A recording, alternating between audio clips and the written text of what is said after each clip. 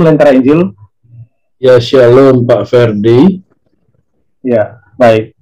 Pak Lentera Injil, ini ada satu video yang bagi saya sangat menarik untuk ditanggapi, karena di dalam video tersebut dikatakan bahwa Allah itu berbohong, dikaitkan dengan pernyataan dalam firman Tuhan, ya, dalam kitab Kejadian, ya, disebutkan bahwa ketika manusia makan buah pohon pengetahuan yang baik dan yang jahat itu pasti mati.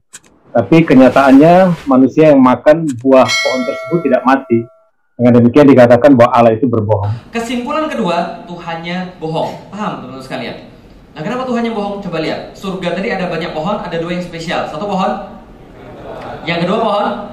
Tuhan bilang jangan makan buah daripada pohon pengetahuan. Kalau kamu makan buahnya kamu bakal. Setan bilang kamu nggak bakal mati. Justru kalau kamu makan, kamu punya pengetahuan sama kayak Tuhan. Pertanyaannya, yang benar Tuhan atau setan? Paham teman sekalian? Mereka makan mati atau tidak? Tidak. Berarti yang benar setan atau Tuhan? Gimana tanggapannya? Ya, baik.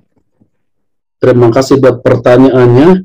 Ini juga pertanyaan sering ditanyakan, ya sering juga menjadi polemik. Kok Tuhan mengatakan ya di dalam Kejadian pasal 2 tepatnya ayat yang ke-16 dan 17. Di sini dikatakan lalu Tuhan Allah memberi perintah ini kepada manusia, semua pohon dalam taman ini boleh kau makan buahnya dengan bebas, tetapi pohon pengetahuan tentang yang baik dan yang jahat ini janganlah kau makan buahnya, sebab pada hari engkau memakannya pastilah engkau mati.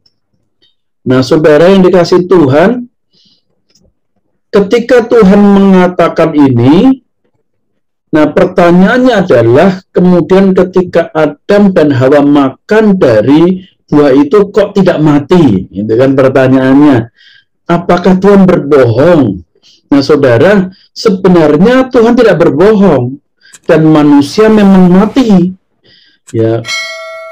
Ada ayat yang mengatakan kematian yang pertama adalah keterpisahan manusia dengan Allah. Ya, sebenarnya manusia itu dirancang, diciptakan itu untuk hidup kekal.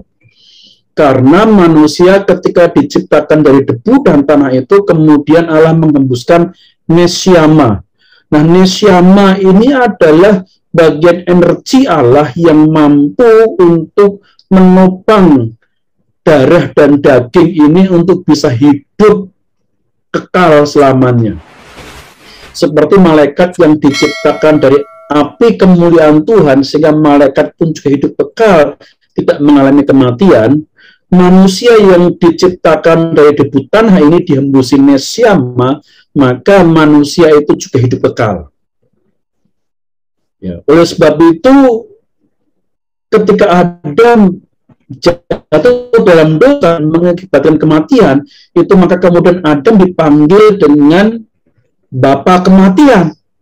Sedangkan nubuatan Nabi Yesaya mengatakan Yesus itu bapa yang kekal.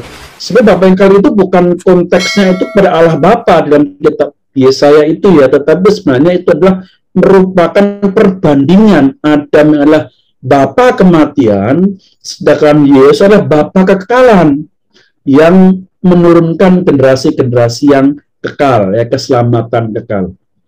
Nah, kembali kepada konteks tadi, ya, bahwa kematian itu adalah keterputusan nesyama manusia dengan Tuhan. Maka kemudian sebenarnya, manusia itu untuk mempertahankan hidupnya itu butuh sumber energi yang lain, yaitu dengan makanan. Tetapi makanan juga tidak bisa menopang hidup manusia selamanya. Sebelum manusia dalam dosa, makanan di Taman Eden itu bukan untuk supaya manusia bisa hidup, tetapi sebenarnya supaya manusia itu bisa menikmati berkat-berkat yang diciptakan Tuhan di Taman Eden, bukan demi bisa mempertahankan hidup. Nah, sejak nesyama, ya, relasi manusia dengan Tuhan terputus, maka manusia membutuhkan energi yang lain yang dari makanan untuk mempertahankan hidupnya. Ya. Lalu persoalan mengenai satu hari. pada hari itu juga ketika engkau memakannya pasti mati. Nah, sudah kita perlu tahu bahwa firman Tuhan mengatakan bahwa 1 hari bagi manusia itu 1000 hari bagi Tuhan, atau 1000 hari bagi manusia itu 1 hari bagi Tuhan. Nah, kita lihat Adam itu usianya berapa? Alkitab memberi informasi bahwa Adam mencapai usia 930 tahun, lalu ia mati. Berarti kan tidak sampai 1000 tahun. Bahkan juga Metusalah, ya, Metusalah itu anak dari Henok yang bergaul erat dengan Tuhan, maka menghasilkan anak yang paling panjang usianya. Metusalah pun juga tidak sampai 1000 tahun. Metusalah mencapai umur 969 tahun, lalu ia mati. Jadi dalam konteks ini sebenarnya belum sampai 1 hari kematian Adam yang dalam ruang dan waktu setelah Adam di bumi ini, yang 930 tahun itu, sebenarnya di Taman Eden itu belum sampai 1 hari. Dan maka Allah tidak berbohong. Betul bahwa pada hari Adam memakannya, Adam mati.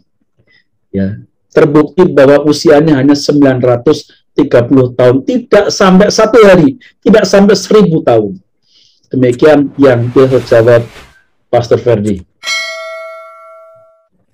Baik, sangat luar biasa ya penjelasan dari Lentera Injil hari ini. Dan saya yakin penjelasan ini sangat memberkati kita semua yang sudah mendengarkan video kami hari ini. Tuhan Yesus memberkati kita semua.